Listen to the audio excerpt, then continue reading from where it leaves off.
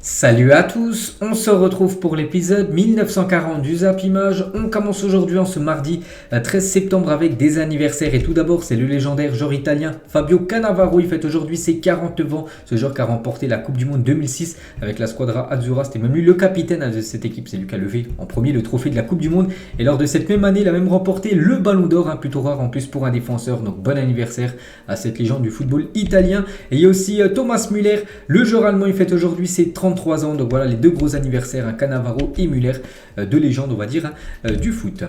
On va parler maintenant de tout ce qui s'est passé lors de la soirée hier soir. Et tout d'abord Empoli contre l'AS Roma. C'était la dernière affiche de la journée de Serie A. Et c'est l'AS Roma qui s'imposait 2-1 du côté de Empoli. Donc on peut voir les trois buteurs. Donc côté AS Roma, on peut voir que Dybala, Abraham ont été buteurs. Pellegrini a tiré un penalty. Donc le penalty n'a pas été marqué. Mais bon, la victoire est quand même pour cette équipe de l'AS Roma. On peut voir les statistiques du match. On peut voir quand même qu'Empoli, c'est plus de 20 tirs, mais seulement 3 tirs cadrés, 17 frappes hors cadre pour cette équipe de Empoli.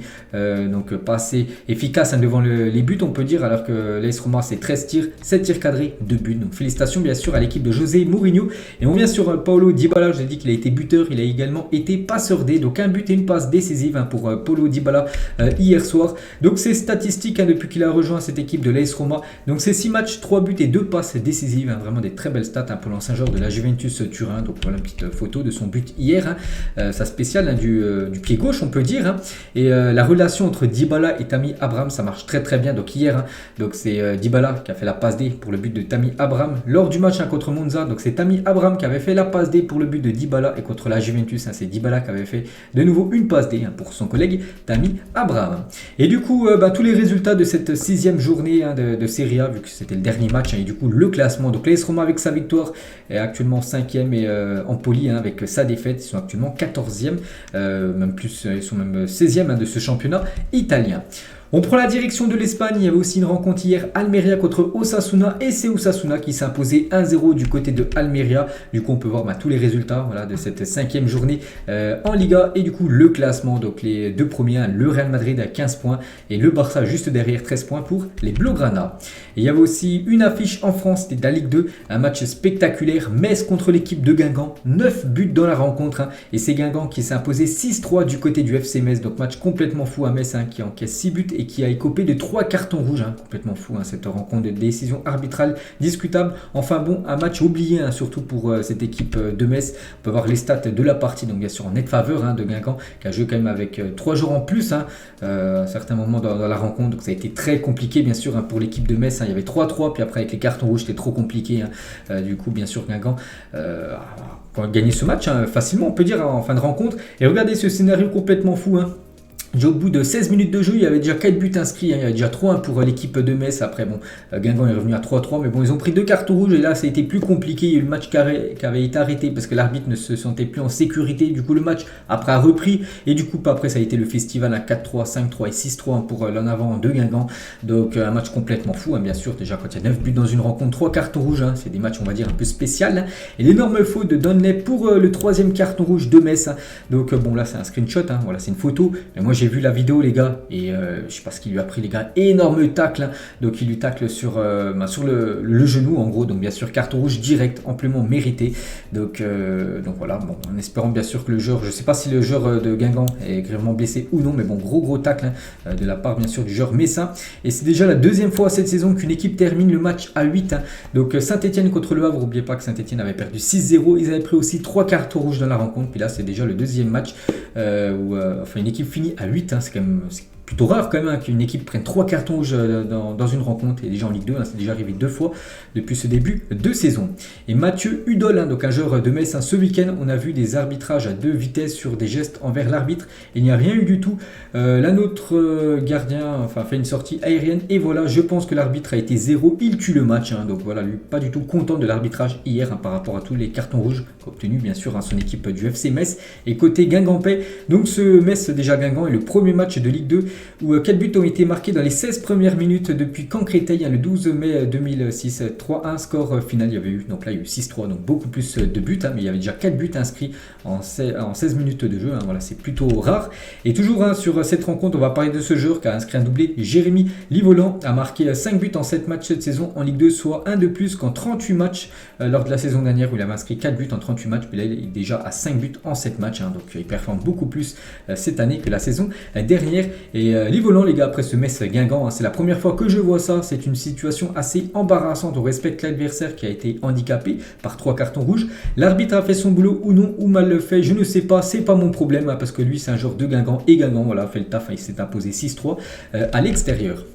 Et avec cette victoire, Guingamp est actuellement 6e du championnat de Ligue 2 avec un match en retard. Ils vont jouer contre Rodez, qui est bon dernier actuellement de ce championnat.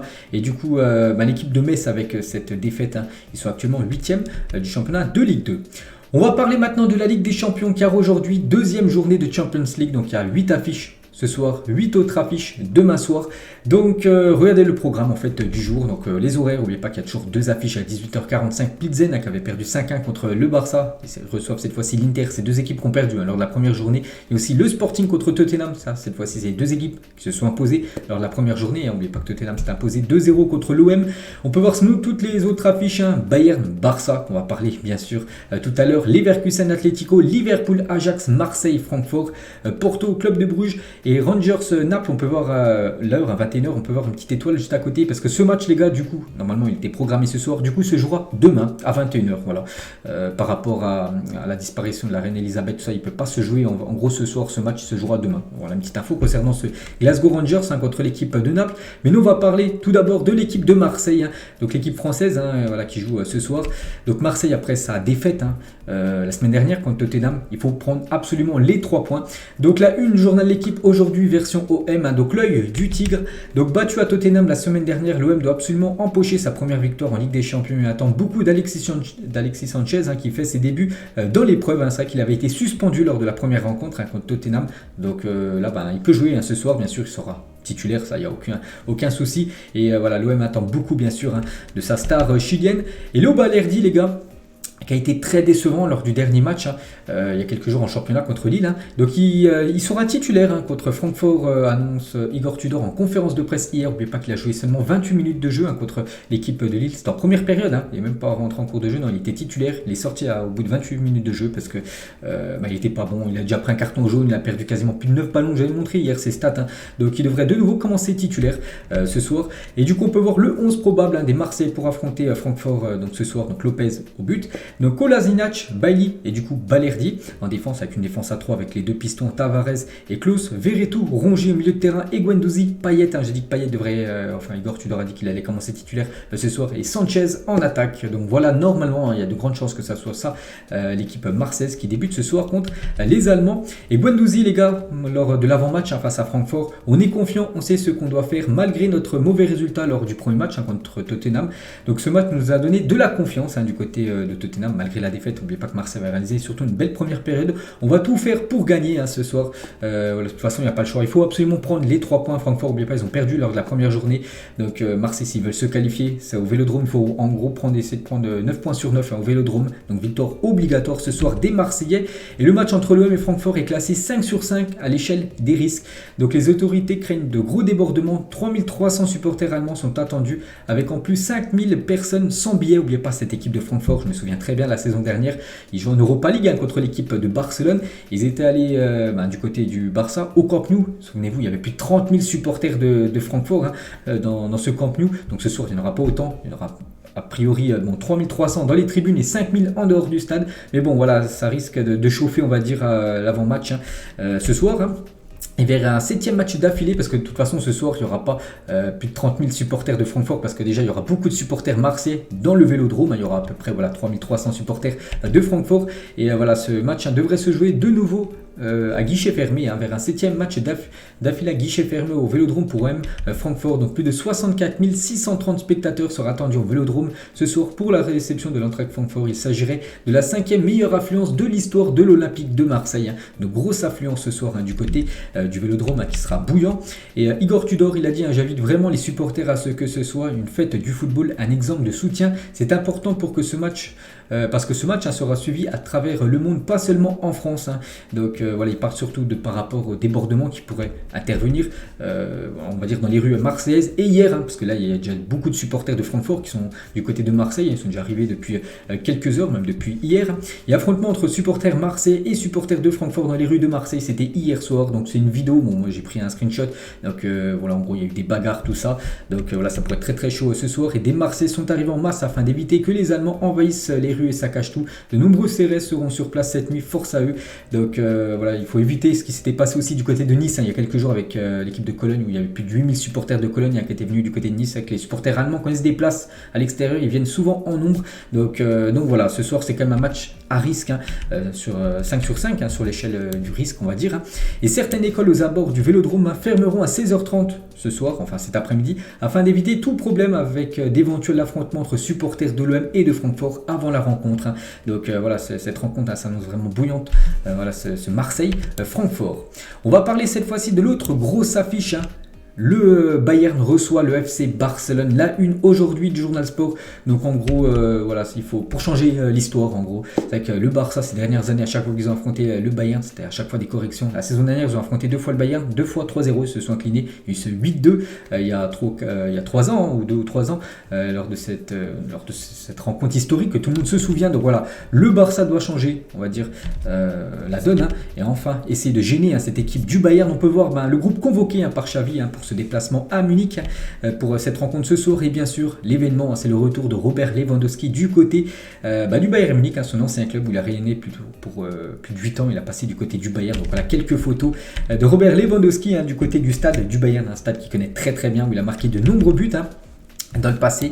Donc est-ce que ce soir il sera applaudi, est-ce qu'il sera sifflé, on ne sait pas. Voilà, c'est un gros point d'interrogation pour l'instant. Et la volonté de Rummenigge pour le retour de Lewandowski à l'Allianz Arena, il a dit: j'aimerais que le Bayern et le public le reçoivent avec gratitude. N'oubliez pas qu'il a joué ici pendant 8 ans, qu'il a tout gagné et qu'il a marqué entre 35 et 50 buts chaque saison. Donc lui, il aimerait bien sûr que les supporters du Bayern l'applaudissent, parce que ça reste comme une légende du club avec tous les buts qu'il a portés, enfin qu'il a mis tout ce qu'il a porté aussi en trophée, voilà. Donc voilà, on verra maintenant après, vu que c'est un joueur maintenant d'une équipe adverse par rapport au Bayern, est-ce qu'il sera sifflé, est-ce qu'il sera applaudi, ça c'est le grand mystère.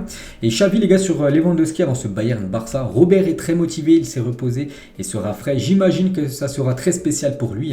Demain, nous essayerons de montrer notre personnalité et battre l'une des meilleures équipes du monde. Voilà, cette équipe du Bayern Munich est une équipe grande favorite pour remporter cette compétition. Et Xavi, à propos du match, nous nous sommes améliorés dans de nombreux domaines. Nous nous considérons comme capables de rivaliser avec cette équipe du Bayern. Nous avons le sentiment, l'illusion et le défi de gagner le match enfin pour changer l'histoire de la dynamique. Comme j'ai dit, vraiment la dynamique actuelle, c'est que le Bayern souvent écrase quand même l'équipe du Barça lors de ces dernières saisons. Et le 11, normalement, contre le Bayern, côté FC Barcelone, donc Ter Stegen au but, donc une défense à 4, donc Koundé, Araujo, Garcia, Baldé côté gauche, milieu à 3, donc Gavi, Busquets, Pedri, et devant Rafinha, Lewandowski et Dembélé. Donc c'est la compo probable, mais bon, il y a de grandes chances que ça devrait être ce 11 qui devrait commencer titulaire. Et il y aurait une motivation totale parmi les joueurs du Barça, et une grande envie de gagner face au Bayern. Nous venons changer l'histoire des styles dans le vestiaire. Donc voilà, il y a beaucoup de motivation bien sûr pour le Barça, pour essayer enfin de battre cette équipe du Bayern Munich. Et côté allemand, Julian Nagelsmann, le coach, bien sûr, je connais bien Barcelone, ils ont acheté de bons joueurs comme Lewandowski et c'est une équipe complètement différente de celle que nous avons affrontée lors des 3 dernières confrontations. C'est que là, par rapport à la saison dernière et cette saison, le Barça est largement meilleur, un meilleur effectif que le Barça de la saison dernière, où le Barça, je vous ai dit, avait perdu 2 fois 3-0 le match aller et le match retour. Donc vraiment palpitant, bien sûr, cette rencontre ce soir. Et Thomas Müller, les gars, qui fête son anniversaire aujourd'hui, c'est 33 ans, donc en conférence de presse hier, Sadio Mané me dit en plaisantant depuis 10 jours de faire attention à ne pas passer accidentellement le ballon à Lewandowski, parce que bien sûr il connaît très très bien, c'est un grand copain de Lewandowski, Thomas Müller. Nous devons jouer notre match ce soir et nous ne devons pas trop nous concentrer sur Lewandowski, bien sûr. Donc voilà ce qu'il a pu dire Thomas Müller, qui est à l'entraînement hier du côté de Munich pour préparer cette rencontre, donc il devrait commencer certainement titulaire. La même chose aussi pour Sadio Mané, la même chose aussi pour Kimmich, toujours avec ce cocard qu'il a pris lors du dernier match, c'est Sabitzer les gars qui lui a mis un coup pour pourtant les deux sont dans la même équipe. Bon, de temps en temps ça arrive aussi. Lucas Hernandez lui également devrait commencer titulaire ce soir. Et le néerlandais Danny Makely arbitrera le match de Ligue des Champions entre le Bayern Munich et le FC Barcelone ce soir. Et pour toutes les autres infos bien sûr de cette rencontre, parce que là, surtout côté FC Barcelone, n'oubliez pas que j'ai une chaîne, Bis Barça et Real Madrid aujourd'hui, c'est un épisode sur le Barça et je vais vous dire toutes les déclarations, tout ce qu'il y a sur cet avant-match côté FC Barcelone avant ce choc ce soir contre le Bayern.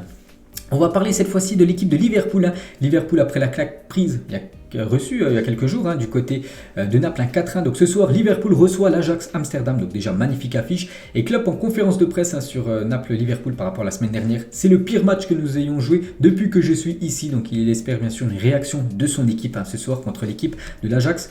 Donc voilà, il n'y a pas le choix, il va falloir prendre les points pour cette équipe de Liverpool. Et on peut voir sinon le programme demain, donc mercredi, donc Milan, Zagreb et Shakhtar Celtic à 18h45. Sinon on peut voir toutes les autres affiches à 21h. Et bien sûr, par exemple, le PSG se déplace du côté de Maccabi Haïfa, City, Dortmund, donc à Londres contre le BVB, son ancien club, et aussi le Real Madrid contre le RB Leipzig. Et on va parler du Paris Saint-Germain, demain qui se déplace du côté de Maccabi Haïfa. Et officiel, le club, donc collectif Ultra Paris, annonce qu'il n'ira pas en Israël supporter ces joueurs du PSG en raison des conditions sécuritaires et liberticides. Donc ils ont mis un communiqué officiel, le collectif Ultra Paris, par rapport à ce non-déplacement de ce groupe de supporters du côté de l'Israël. Mais il y aura quand même 1500 supporters. Voilà, ce ne sera pas du Cup, mais ce sera des autres supporters parisiens. Donc plus de 1500 sont attendus quand même du côté de Maccabi Haïfa pour cette rencontre demain. Toujours avec l'équipe du Paris Saint-Germain, regardez la une aujourd'hui du journal L'équipe et énorme info. Donc l'option qui relance le feuilleton et on peut voir Kylian Mbappé. N'oubliez pas que Mbappé, on peut voir quand il avait prolongé, on peut voir Mbappé 2025 et c'est pas sûr que c'est 2025. Donc signé en mai dernier, le contrat de Kylian Mbappé au PSG prolonge son bail jusqu'en 2024, la troisième année étant seulement en option. Dès l'été prochain, l'attaquant risque d'être donc convoité par d'autres clubs. Donc voilà, Mbappé n'aurait pas prolongé de 3 ans au PSG, mais de 2 ans plus une année en option. C'est lui ou non qui va choisir s'il veut lever cette option ou non. Donc ce contrat lui permettrait d'avoir un levier supplémentaire pour mettre la pression sur ses dirigeants au sujet de leurs projets sportifs. Donc on pourrait avoir un mercato animé cet été, là, parce que le PSG, les gars, va avoir de nouveau un souci avec Kylian Mbappé. Donc soit convaincre Kylian Mbappé d'activer l'option d'une année supplémentaire, donc voilà, jusqu'en 2025, ou soit si Mbappé commence à faire comme il faisait un peu avant, à laisser le temps passer, à pas donner de réponse, et du coup il sera en fin de contrat en 2024, ce qui veut dire que dès juin 2023, donc le prochain mercato estival, il lui restera plus qu'un an de contrat, ce qui voudrait dire tenter de vendre le français pour ne pas le voir partir libre en 2024.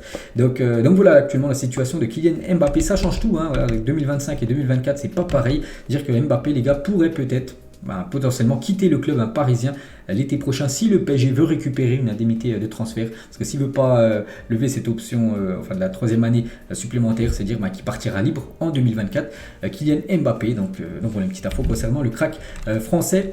Toujours avec le Paris Saint-Germain, toujours avec les négociations de prolongation, Léo Messi. Donc le PSG va débuter les négociations pour prolonger la star argentine. Donc le club envisage également de prolonger les contrats de Marquinhos, Marco Verratti, Presnel Kimpembe et Sergio Ramos d'après l'équipe. Donc voilà tous les joueurs qui devraient, le PSG va proposer de prolonger des contrats à ces joueurs-là. Donc à voir s'ils vont accepter ou non. Donc Léo Messi, n'oubliez pas qu'il est en fin de contrat, fin de saison. N'oubliez pas que le Barça aimerait son retour du côté de l'Espagne. Donc ça aussi, c'est un gros feuilleton là, qui va arriver, qui a commencé à se mettre en route là, dans les prochaines semaines, voire prochains mois. Et toujours avec Léo Messi, n'est plus qu'à 2 passes décisives d'égaler son record en championnat sur une année calendaire. Donc son record, c'était en 2020. En 34 matchs, il avait réalisé 19 passes D. C'est en 2018, 34 matchs, 18 passes D. Et là, en 2022, donc 22 matchs et déjà 17 passes D. Donc voilà, s'il fait 3 passes D, donc ça sera son record dans sa carrière par rapport au terme, par rapport aux passes D qu'il peut réaliser sur une saison.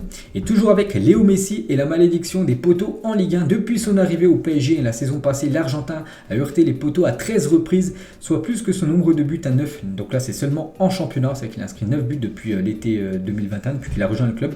Il a fait 13 poteaux, donc c'est vrai qu'il n'a pas trop de chance. Souvent, en plus, ces poteaux, même je crois tout le temps, c'est des poteaux sortants. Je crois jamais arrivé à un poteau rentrant pour Léo Messi. C'est vrai qu'il n'a pas du tout de chance, parce que que sinon ça changerait totalement la donne. Tu mets 13 buts en plus des 9, bien sûr pour Léo Messi, bien sûr là ça a des magnifiques stats du côté de Paris en termes de buts en Ligue 1. On va parler de Neymar les gars, le début de saison impressionnant de Neymar en Ligue 1 se traduit également au niveau statistique. Le Parisien se classe dans les meilleurs du monde en chacune des catégories observées pour le poste d'ailier. Donc en gros on peut voir voilà, ce cercle. Et du coup à chaque fois il y a une catégorie et à chaque fois Neymar excelle en gros dans les catégories. Donc actuellement c'est là peut-être le meilleur simplement ailier au monde d'après les stats. C'est vrai qu'il est en grande forme actuellement, le crack brésilien. Et toujours avec Neymar, Messi et aussi Sotoka. Et on peut voir c'est les 3 joueurs nommés pour le titre UNFP du meilleur joueur du mois d'Outano. 2 Parisiens et un joueur lensois. Donc bon il y a de grandes chances je pense voilà, que ça sera lui les gars. Il y a de grandes chances que ça soit Neymar les gars avec le mois d'août qu'il a fait en Ligue 1. Ça sera certainement le Brésilien qui sera récompensé. On revient les gars sur l'affaire Kimpembe, j'en avais parlé hier et Presnel Kimpembe n'aura aucune sanction après son geste et ses propos envers l'arbitre durant PSG Brest. N'oubliez pas qu'il avait dit « Ouais, je touche moi pas frère, pourquoi tu me touches ?» Et il avait en fait balancé on va dire le bras de l'arbitre. Donc du coup l'arbitre n'a rien marqué tout simplement dans son rapport. Donc du coup le joueur ne sera donc pas sanctionné par la commission de discipline. Donc voilà, l'affaire est close pour Kimpembe. De toute façon, même s'il aurait été suspendu, il est forfait pour les prochains matchs. N'oubliez pas qu'il est blessé, Kimpembe, donc pendant un mois. On va parler de Vitinha, Danilo Pereira et Nuno Mendes m'ont particulièrement aidé. Je les connaissais déjà, mon arrivée. Ce sont 2 personnes extraordinaires en plus d'être des footballeurs incroyables. Voilà ce que dit Vitinha par rapport à son adaptation du côté de Paris. Donc les 2 autres Portugais, Pereira et Nuno Mendes, nous beaucoup aidé on va dire pour s'acclimater à sa nouvelle vie parisienne. Et toujours avec le PSG, donc ce joueur que je pense pas grand monde connaît parce qu'il jouait du côté des U19 et c'était le meilleur buteur des U19 du PSG la saison dernière. Donc il s'appelle Oumar Yansane qui est né en 2003 et il quitte le Paris Saint-Germain et signe un contrat de 5 ans avec l'équipe de Al Ahly SC au Qatar. Donc voilà, bon après je pense s'il va là-bas, je pense qu'il a dû toucher quand même un énorme salaire, surtout pour un si jeune joueur. Donc bonne chance à lui et on espère le revoir peut-être dans un top club, pourquoi pas le Paris Saint-Germain dans le futur. Résultat des adversaires des clubs français en Coupe d'Europe, voilà, cette semaine par exemple Maccabi Haïfa s'est imposé 3-1, futur adversaire du PSG. Donc Francfort s'est incliné 1-0, l'équipe qui va affronter Marseille ce soir. Nantes donc ils vont jouer contre Karabakh s'est imposé 4-3. Monaco va jouer contre Ferencváros s'est imposé 3-0. Nice va jouer contre l'Étoile Rouge de Belgrade et l'Étoile Rouge de Belgrade s'est imposé 6-0. Et on peut voir que Fenerbahçe les gars, il n'y a pas eu de match, je crois que Nice les gars c'est pas l'Étoile Rouge de Belgrade, je crois je dois me tromper, c'est une autre équipe de Belgrade, bref. Donc nous on revient sur Nice, donc Fenerbahçe il n'y a pas eu de match et officiel le stade rennais annonce la fermeture de sa billetterie au grand public pour le match face au Fenerbahçe ce jeudi par mesure de précaution. Le Rosenpark accueillera 19 000 personnes sur 30 000 possibles, pourtant il y a encore plus de 11 000 places disponibles et voilà ils veulent pas que toutes ces places soient vendues aux supporters du Fenerbahçe, que le stade soit une grande partie de supporters turcs, donc c'est pour ça qu'il y aura seulement 19 000 personnes sur 30 000 possibles dans ce stade du côté de Rennes pour cette affiche jeudi soir. Des nouvelles de Mauro Icardi, le nouveau joueur du Galatasaray. On peut voir, on connaît son nouveau numéro, il portera le numéro 99 avec son club turc. Donc bonne chance à Icardi qui est prêté bien sûr par l'équipe du PSG. Un autre transfert les gars, c'est officiel, Loris Karius, j'en ai parlé il y a quelques jours, il était libre de tout contrat. Donc il s'engage libre à Newcastle. Donc il va devenir la doublure bien sûr du gardien numéro 1 du côté des Magpies. Donc voilà, la nouvelle destination bien sûr de l'ancien gardien de Liverpool. Des nouvelles aussi de Diego Costa, j'en avais parlé il y a quelques jours, ça y est c'est fait, lui aussi il était libre et il signe à Wolverhampton en première ligue. Du coup il fait son retour en PL. Voilà ce joueur qui a déjà évolué en première ligue dans le passé. Donc il s'engage jusqu'à la fin de la saison avec Wolverhampton où il portera le numéro 29. C'est un des grands fans de Diego Costa. Donc voilà c'est le 29, son flocage de numéro on va dire dans le dos. Et c'est vrai qu'il a des stats quand même incroyables du côté de la première ligue. Donc du côté de Chelsea c'est 89 matchs, 52 buts, c'est énorme, c'est quasiment un but par match. Bon, si on rajoute aussi les passes D, c'est énorme quand même, les statistiques de Diego Costa en PL. Il a remporté 2 fois la première ligue, 2 fois joueur du mois. Donc voilà, retour pour lui du côté on va dire de l'appel. C'est vrai que depuis son départ de Chelsea, c'est beaucoup plus compliqué pour lui. Depuis son départ de Chelsea en 2017, Diego Costa a reçu plus de cartons jaunes, 19, qu'il n'a marqué de but en championnat, 16. Donc à voir maintenant dans son nouveau club ce que ça va donner. On va parler d'N'Golo Kanté. Donc N'Golo Kanté qui vit un début de saison compliqué vu qu'il a été souvent blessé même fin de saison dernière. Donc pour l'instant N'Golo Kanté refuse de prolonger avec Chelsea. Donc des discussions ont eu lieu le mois dernier et une offre de prolongation orale a été transmise au joueur libre en juin prochain. Le Français intéresse plus plusieurs clubs européens prêts à le signer gratuitement. C'est vrai qu'en juin 2023, il est en fin de contrat avec l'équipe de Chelsea et pour l'instant il a refusé de prolonger avec cette équipe des Blues, donc peut-être un départ d'N'Golo Kanté lors du prochain mercato estival. Lyon devrait offrir une prolongation de 2 saisons à Houssem Aouar, impressionnant à l'entraînement. Le milieu lyonnais pourrait de nouveau avoir sa chance dans le 11 de Peter Bosz. N'oubliez pas qu'il est en fin de contrat, en fin de saison, donc la fin de l'année, et du coup Lyon pourrait prolonger, enfin proposer de prolonger de 2 saisons de plus le joueur Houssem Aouar. Le jeune crack Gavi lui aussi en fin de contrat, en fin de saison et devrait la prolonger dans les prochains jours du côté du Barça. Gavi va prolonger avec le FC Barcelone jusqu'en 2026. Sa clause libératoire sera fixée à 1 milliard d'euros. Voilà pour ce crack qui est très jeune, il a 17-18 ans, je crois 18 ans. Donc il est très très jeune, Gavi. Et bien sûr le Barça cherchait depuis quelques semaines quand même à le prolonger et ça devrait se faire là dans les prochains jours. Ça bien sûr c'est une très bonne nouvelle pour le club Blaugrana.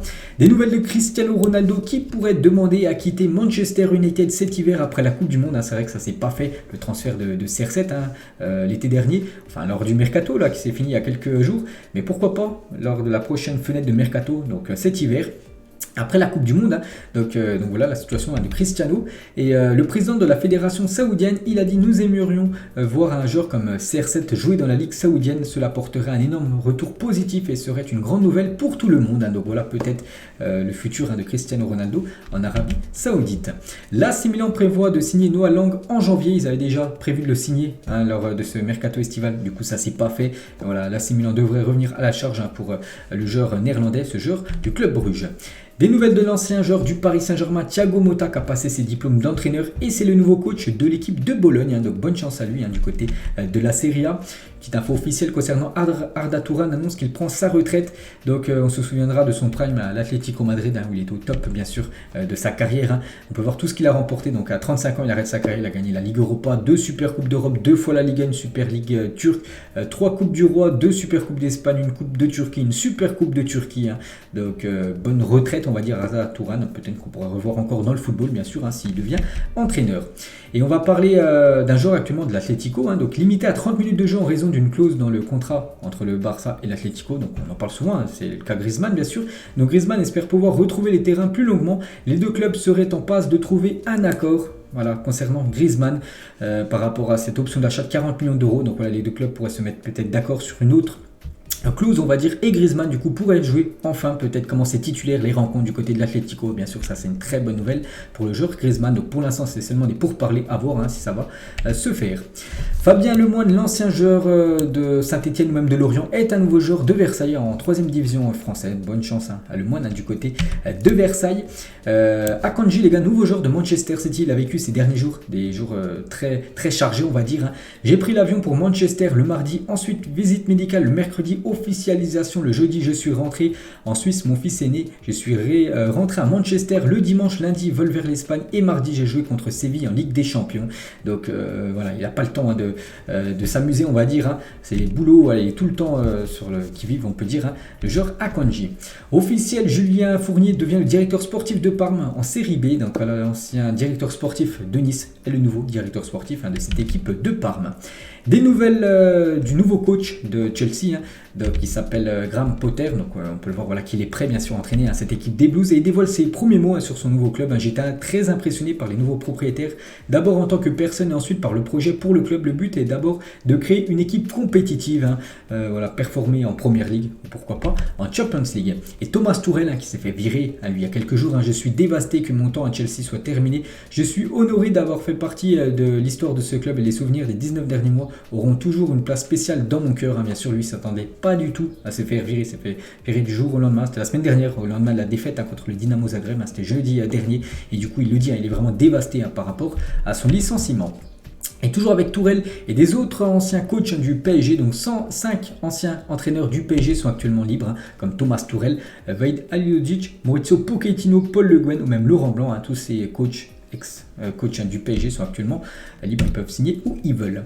On revient 17 ans jour pour jour en arrière et Lyon s'imposait 3-0 face au Real Madrid en Ligue des Champions. C'était un match, une rencontre de match de poule. Donc John Carew, Juninho et Sylvain Wiltord permettaient aux Lyonnais de s'imposer ce soir-là. Donc magnifique soirée bien sûr pour les Lyonnais qui mettent un 3-0 au Real Madrid. Voilà cette énorme team bien sûr de Lyon. Donc la joie bien sûr du côté du stade Gerland, l'ancien stade bien sûr du côté de l'OL et le coach à l'époque c'était Gérard Rouillet, hein, cet ancien coach français. Il a entraîné l'équipe de France, il a entraîné aussi l'équipe de Liverpool, il nous a quitté. C'était en décembre 2020. Officiel, la première ligue est de retour ce week-end. 7 des 10 matchs seront joués, 3 seront reportés en raison des funérailles de la reine Elisabeth II. Donc voilà le programme en gros. Donc vendredi 2 affiches et samedi 3 affiches et dimanche 2 affiches, hein, ce qui fait 7 affiches. N'oubliez pas que la première ligue a été, il n'y a eu aucun match le week-end là. Du coup 7 rencontres pour le week-end qui arrive. Par exemple, belle affiche, Tottenham, Leicester. On peut voir Arsenal ira défier l'équipe de Brentford, ou je sais pas, il y a qui tient Wolverhampton contre l'équipe de Manchester City. Les 3 affiches qui se joueront pas. Donc Manchester United, Leeds, Brighton, Crystal Palace et le choc entre Chelsea et Liverpool ne se jouera pas, donc reporté une date ultérieure. Et le match entre Arsenal et le PSV en Europa League jeudi est reporté également à une date ultérieure par rapport au décès de la reine Elisabeth II.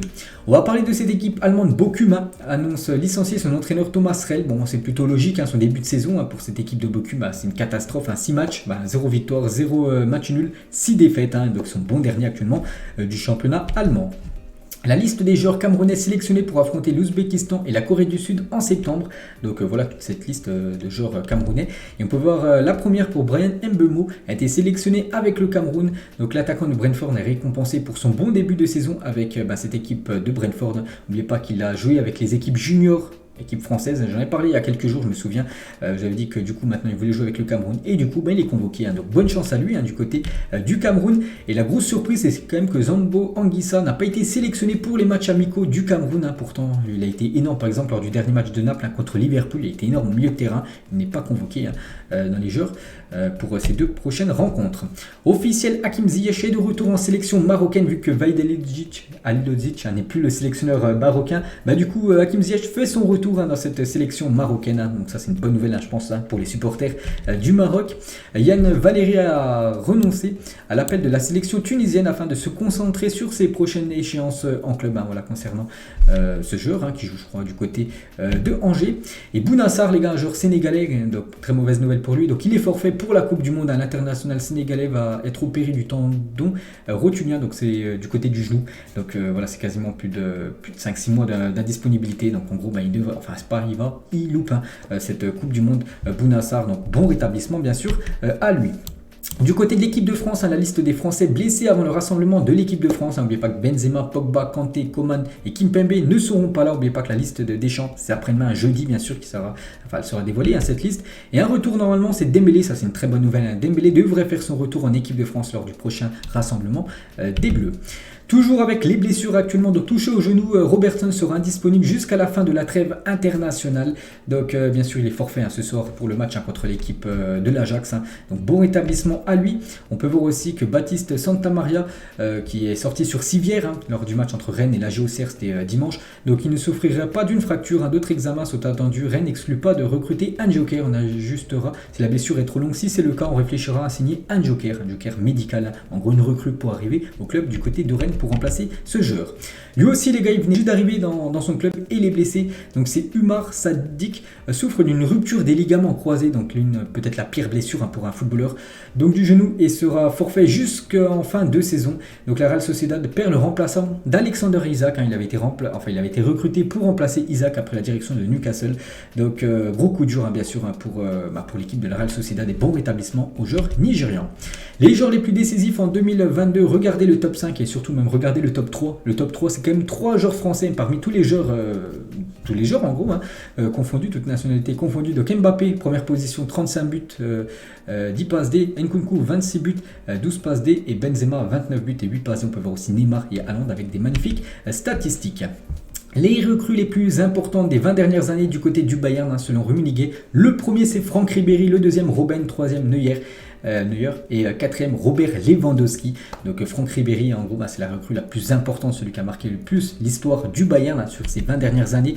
Et Ribéry les gars, n'oubliez pas sur ce Ballon d'Or 2013 qu'il aurait dû remporter, du coup c'est CR7 qui l'a remporté. C'est comme si c'était un vol, j'ai pas eu toute la France derrière moi, j'ai vu de mes propres yeux des Français, des entraîneurs qui m'ont dit que c'est Cristiano Ronaldo. Tu penses que le Portugal voulait que ce soit Messi ou Ribéry? Donc voilà, bien sûr il était très très déçu, et surtout il ne comprenait pas que la France, son pays, on n'était pas tous derrière lui, et voilà, par rapport à ce ballon d'or qu'il n'a pas remporté. En 2013, pourtant, il avait tout remporté avec l'équipe du Bayern Munich. La belle image d'Andy Delors qui partage une bière avec ses anciens supporters de l'AC Ajaccio. Donc l'international algérien inscrit l'unique but du match offrant la victoire à Nice, enfin de Nice, hein, contre l'équipe de Ajaccio. Du coup, c'est un ancien joueur de Ajaccio. On peut voir qu'il a pris, une bière, on va dire, avec les supporters de cette équipe corse. Les compétitions sous licence UEFA seront désormais toutes disponibles sur Football Manager, hein, ce jeu qui va sortir dans quelques jours, hein, ce jeu de management, on va dire. Hein. Donc voilà, ça sera vraiment les vrais logos, hein, les vraies licences seront disponibles dans ce jeu. Et concernant un autre jeu aussi beaucoup attendu, hein, qui sortira le 30 septembre, c'est FIFA 23. Et on connaît, c'est officiel, voici les 23 meilleurs joueurs de FIFA 23. Donc voilà, tout d'abord, les 12 meilleurs joueurs de FIFA 23. On peut voir que c'est Benzema, en gros, il a 91 de notes, mais bon, c'est lui avec les meilleurs stats, on va dire, devant Lewandowski, Mbappé ou même Kevin De Bruyne. Donc bien sûr Messi est dedans, Van Dijk est dedans, Ronaldo est dedans, Neymar ou même Thibaut Courtois. Là le reste du top 23 avec Sadio Mané, avec Harry Kane, avec N'Golo Kanté ou même le défenseur parisien Marquinhos. Et on peut voir que Karim Benzema est le meilleur joueur de FIFA 23. On peut voir voilà, c'est les 4 étoiles en geste technique, 4 étoiles au mauvais pied. On peut voir voilà, toutes ces notes.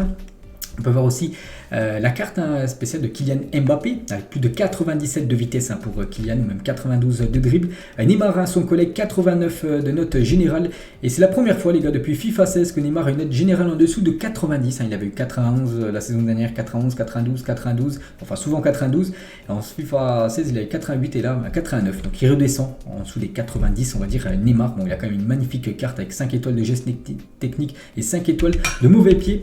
On peut voir aussi la carte de Erling Haaland, nouveau attaquant de Manchester City, qui va coûter très très cher. Hein. Donc seulement 3 étoiles en geste technique et 3 étoiles mauvais pied. C'est vrai que c'est pas trop un dribbleur, hein. Mais bon, 87 de physique quand même pour Haaland. La carte de Léo Messi, les gars, 81 de vitesse, qu'il a perdu beaucoup de vitesse, mais bon, toujours une carte magnifique, bien sûr, pour la Pulga. Cristiano Ronaldo également à sa carte, toujours 90 quand même de note générale pour CR7, 81 également. Voilà, les deux ont la même vitesse, que ce soit Ronaldo ou Léo Messi. Donc voilà, belle carte aussi de Cristiano Ronaldo. C'est que Ronaldo et Messi, les gars, si on regarde sur FIFA 23 jusqu'au dernier FIFA, on peut voir là par exemple que Messi a un point de plus par rapport à CR7. La saison dernière, FIFA 22, c'était Messi qui avait 93, Ronaldo 91, FIFA 21, donc toujours Messi avait un point de plus par rapport à Cristiano Ronaldo. FIFA 20, toujours Messi 94, Ronaldo 93. En FIFA 19, cette fois-ci les deux ils étaient à 94 de note générale, ce qui est énorme. FIFA 18, les gars, c'était bien Ronaldo qui avait un point de plus par rapport à Léo Messi, 93. On peut voir aussi FIFA 17, toujours Ronaldo au-dessus de Messi. FIFA 16, cette fois-ci c'était Messi qui avait un point de plus sur Ronaldo. FIFA 15, c'était Messi qui avait un point de plus sur Cristiano Ronaldo. FIFA 14, c'est Messi qui avait 2 points de plus sur Cristiano Ronaldo. FIFA 13, c'est toujours Messi 2 points de plus sur CR7. Et le dernier, voilà, FIFA 12.